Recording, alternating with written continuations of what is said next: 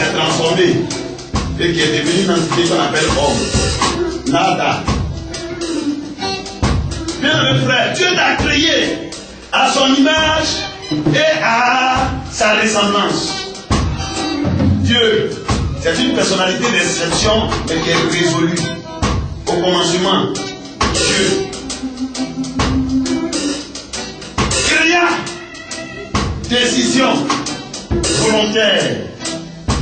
Le ciel, non. Les cieux et la terre, c'est Dieu qui a pris cette résolution. Et quand il a créé l'islam, au 6e jour, il s'est dit, il est important.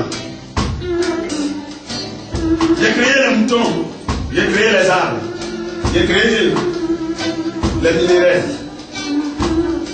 Je vais créer un être qui me ressemble. Qui me ressemble. C'est pourquoi le verset est un verset dangereux. Le verset dit, Dieu créa l'homme à son image et il le créa à l'image de Dieu. Ça veut dire, il a créé l'homme à son image. Photo. Il a une photo animée. Et il le créa à l'image de Dieu. Écoutez-moi bien. C'est pourquoi tu n'es pas n'importe qui. C'est pourquoi tu n'es pas n'importe qui. Et de surcroît, pour celui qui accepte Jésus, la Bible déclare que vous êtes des dieux.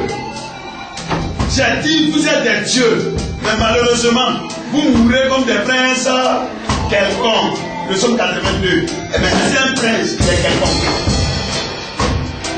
Je n'ai pas dit quiconque. Tu n'es pas quelconque. Quand tu es un prince, déjà, tu es important, tu es noble. Tu es d'une race illustre. Ou bien, c'est pas comme ça dans le monde. Ce qui est né de la chair est chair. Mais ce qui est né de l'esprit est quoi? Esprit. Dieu est esprit. Prenons-le au sérieux. Pour dominer les éléments et les temps, pour dominer les circonstances. C'est pourquoi Dieu t'a créé pour dominer. Il t'a créé pour régner. Il t'a créé pour assujettir. Ce n'est pas les païens qui doivent comprendre cela. Et puis mener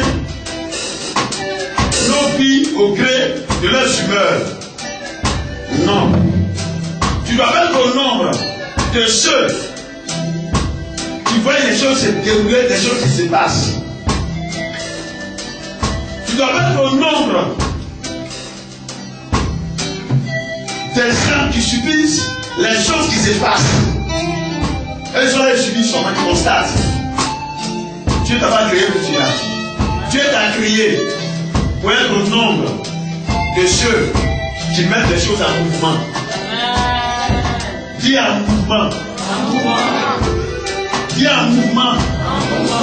Dis en mouvement. Parce que Dieu, même avant de créer, pendant qu'il est en train de créer, même avant de créer le ciel et la terre, elle est en mouvement. Quand vous lisez le verset de Genèse, on dit que l'esprit de l'Éternel s'est ouvert au-dessus des eaux. Il t'a créé à ton image. Il t'a pas créé pour que tu sois passif. Il t'a créé pour que tu sois actif. Mais ça découle de ta résolution. Mais dans la résolution, il y a solution. Vous ne vous rendez pas compte? Il y a solution. Réponse à des problèmes. C'est ça la résolution. Bien aimés frères et sœurs, l'heure est grave.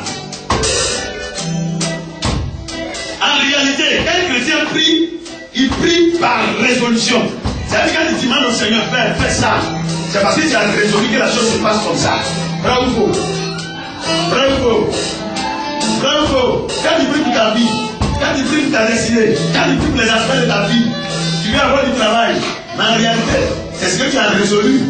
C'est ta solution pour te permettre d'avoir une vie épanouie, une vie bénie, une vie qui va te permettre de mieux vivre. Ou bien c'est pas ça.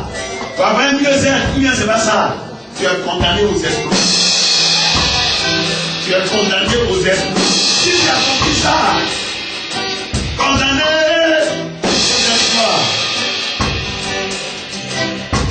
amis musulmans frères, c'est ce que les Daniel ont compris. C'est ce que les Élisée ont compris, les Élie ont compris. C'est ce que les David ont compris. C'est pourquoi on ne peut pas parler de l'histoire sans parler d'eux. On ne peut pas parler de l'histoire biblique sans parler d'eux. Abraham a compris ça. Isaac a compris ça. Jésus même, notre modèle parfait, il a tellement compris ça. Mais les apôtres l'ont compris. Résolution. C'est pourquoi ils n'ont pas aimé leur vie jusqu'à craindre la mort. Résolution.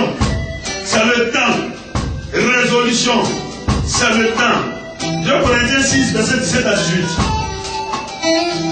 Loya kanta ya kanta la basara ya kanta la basara. Aide-nous à comprendre ta révélation. Ya. 2 Corinthiens 6, verset 17 à 18. C'est pourquoi. Disez pourquoi. C'est pourquoi. C'est pourquoi. C'est pourquoi. Sortez du milieu d'eux. Écoutez-moi bien, c'est la Bible qui le dit. Qui doit sortir? Il a dit c'est pourquoi il est venu vous sortir. Je vais vous faire sortir.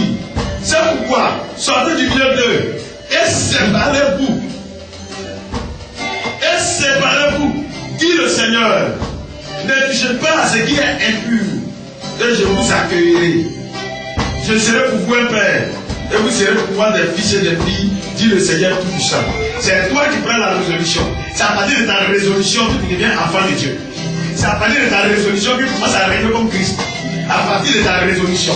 La résolution de fuir le péché, d'éviter le péché. La résolution d'abandonner. Ne sois pas une victime. Chaque fois que tu vas trouver une raison, un bouc émissaire pour justifier ta faiblesse, tu es déjà une victime. Tu es déjà une victime. C'est pourquoi quand la crise me fait un peu mandat. Un doigt couler, un doigt boudier, mais boudier la montagne pour comme ça. Voilà. Il dit que Dieu même, imaginez quoi. Et puis les trois là, c'est pour nous. Ne sois plus une victime. Prends des résolutions. Il dit, sortez. Il n'a pas dit attendez, il n'a pas dit prier.